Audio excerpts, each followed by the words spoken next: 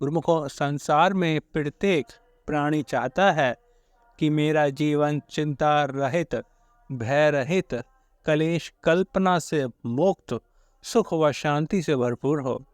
ऐसा कोई भी इंसान नहीं है जो चाहता हो कि मेरे जीवन में दुख भरा हो और चिंताएं, गम और फिक्र जीवन में बने रहे। ऐसा कोई भी इंसान नहीं होगा जो गम, चिंता, दुख का इच्छुक हो और सुख से वंचित रहना चाहता हो।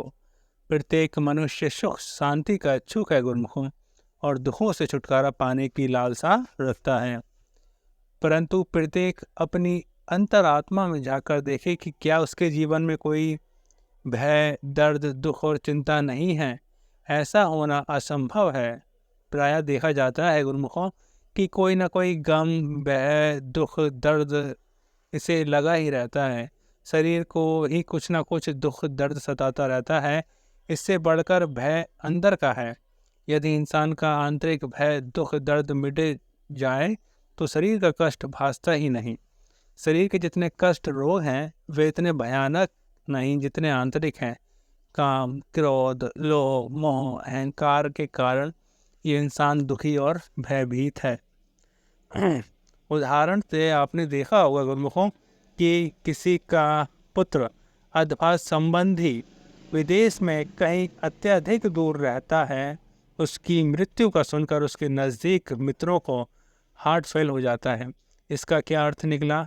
वे हजारों कोसों पर बैठे हुए हैं।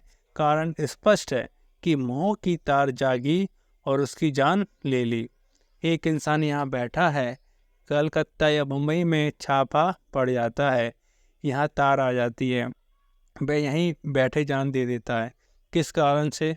शारीरिक रोग इतना दुखदाई नहीं होता जितना कि आंतरिक रोग दुखी करते हैं। वे कौन सा फार्मूला है जिससे गम, चिंता व दुख से मुक्ति मिल जाए? ऐसा कौन सा अनुभवी ज्ञान है जिस पर आचरण करने से त्राण मिल जाए और सुख की प्राप्ति हो? गुरुमुखों, महापुरुषों के उपदेशों पर मनन करने पर भयानक शत्रु काम, क्रोध, लोभ, मोह और अहंकार नष्ट हो जाएंगे। सुख व शांति प्रदाता नाम है जिसे दिल में बसा लेने से इनसे छुटकारा हो सकता है और इंसान सुख शांति पा सकता है। प्रेमियों, अच्छी तरह विचार करके सुन लो कि अपनी बुद्धि चतुराई को त्याग दो।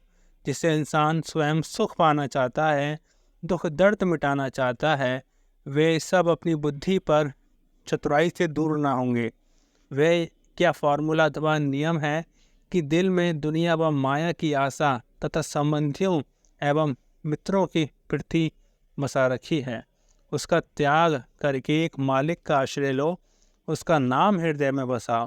दुनिया के पदार्थ, रिश्ते, संबंधी, माया, धन, दौलत, मान, मर्तबा जिन्हें हृदय में स्थान दे रखा है, इसके स्थान पर एक मालिक का नाम दिल में बसा लोगे तो सब दुख, दर्द, भ्रम और भय दूर हो जाएंगे। कारण यह है कि दुख वाली चीज़ का नाश हो गया और सुख वाली चीज़ अंदर बस जाएगी, तो इंसान का स्वयं में परख हो जाएगी। जो सुख शांति का इच्छुक है, जिसे दुख नहीं चाहिए, उसका ये कर्तव्य हो जाता है कि वह सुख वाली चीज़ मालिक के नाम को अंदर बसाए। व्यर्थ में ही गम, चिंता क्यों खरीदे? उसे जब तक मार्ग नहीं मिला था, सत्पुरुषों की संगति प्राप्त नहीं होती, तब तक भटक रहा था और समझ रहा था कि धन इकट्ठा करो तो सुख मिलेगा, माया, मित्र, संबंधी बहुत होंगे तो सुख मिल जाएगा, शरीर हष्ट पुष्ट होगा तो सुखी हो जाऊंगा। परंतु ऐसा नहीं है। आपने अपने अनुभव से देखा होगा कि बहुत धनी परिवार हो, मित्र संबंधी भी हो, शरीर हष्ट पुष्ट हो और सब सुख सुविधा के सामान उपलब्ध हो, तो ऐसा इंसान सुखी होगा? ये नहीं देखा। वह सुखी तभी होगा जब सुख वाली चीज़ अंदर बसी होगी और इसके लिए परिश्रम करेगा। फरमान है, सुख के साधन बहुत किए, दुख और चिंता बढ़ी, सहजे ही सुख मिल गया, जब सद्गुर शरण गई। महापुरुष फरमाते हैं गुरुमुखों कि इंसान अपने ख्यालों से दुनियावी सुख प्राप्त करने के लिए अनेक उपाय करता है, परंतु देखा जाता है कि प्रायः दुख और चिंताएं बढ़ जाती हैं। जब इंसान को सत्पुरुषों की संगति मिल जाती है और उनकी चरण शरण में ज्ञान प्राप्त होता है, सुख वाली चीज़ मालिक का नाम अंदर बस जाता है, जब भक्ति को अपनाता है तो सहज में ही सब सुख मिल जाता है, सभी गम दुख दर्द दूर हो जाते हैं। यही विचार करना है कि यदि माया के धंधों में जीवन चला गया तो सुख ना मिलेगा। यदि सत्संग की एक घड़ी भी मिल जाए तो फिर अपनी हालत को देखो कि क्या चीज़ मिलती है, सुख चैन मिलता है कि नहीं। इंसान ये स्वयं अनुभव कर सकता है। सत्पुरुषों की संगति में सुख शांति और आनंद भरा हुआ है। सत्पुरुषों के वचन सुनकर कोई उन पर अमल करके तो देखे, फिर क्यों ना सुख प्राप्त हो। ऐसा नहीं हो सकता कि सत्पुरुषों के वचन मानकर उन पर आचरण करे और सुख ना मिले। ये अटल सत्य है कि जिसको सत्पुरुषों की संगति मिल गई, मानो उसको आत्मकल्याण का मार्ग मिल गया और सच्चे सुख की खान मिल गई। दुनिया में इंसान भटक भटक कर दुख उठा रहा था,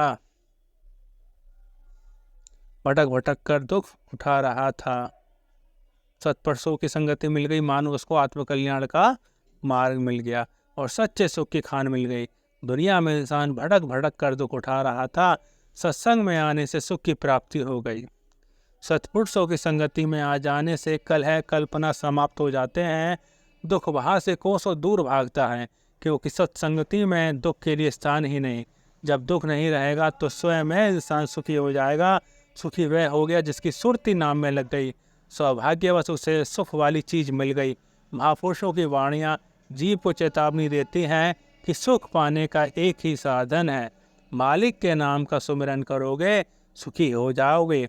उसकी याद में कभी दुख नहीं आ सकता। माया की याद में कई प्रकार के दुख उत्पन्न होते हैं, मालिक के नाम और सुमिरन से सुख उपलब्ध होता है। क्या ये सौदा घाटे का है गुरुमुखों? इसी समय में मालिक की भक्ति और नाम का सुमिरन करो, सुख मिलता है।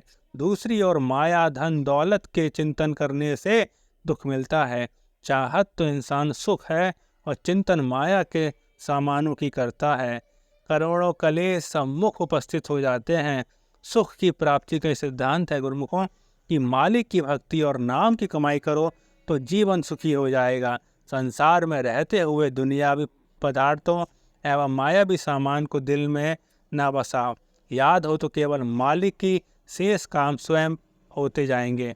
दुनिया के काम धंधे हाथ पांव से करो और दिल को मालिक की याद में जोड़ दो। कार्यकलाप को त्यागना नहीं, अपितु मन के रुख को बदलना है। सब तरफ से दिल हटाकर मालिक के नाम से जोड़ना है। गैरियत को छोड़कर जिसको लगन है जात की, इल्म बता में उसे मिलती है लाफानी खुशी। एक भगवान के नाम के बिना शेष सब चीज़ें बेगानी है। इसलिए बाकी सब चीज़ों को छोड़कर मालिक के नाम की लगन दिल में पैदा करो। यह ऐसा उत्तम ज्ञान है इसे प्राप्त कर विचारवान गुरमुख शाश्वत खुशी को प्राप्त कर लेता है। इस सुख के लिए दुनिया भटक रही है परंतु मिलता नहीं है। मिले भी तो कहाँ से? जब इंसान विचार करता है तभी सत्संग में इसका बोध होता है। फिर इंसान उस पर अमल करने लग जाए तो सुख चैन मिलेगा। गुरमुख भी दुनिया में रहते हैं और दुनियादार भी, इन दोनों का परस्पर अंतर है, उनके अंतर भावना का अंतर है। दुनियादारों के पास सुख वाली चीज नहीं है और गुरमुखों के पास सुख प्रदाता मालिक का नाम है। वे नाम का चिंतन करते हैं और संसारी माया का चिंतन करते हैं। प्रेम सहित मिलकर बोल जयकारा बोल मेरे श्री गुरु महाराज की जय।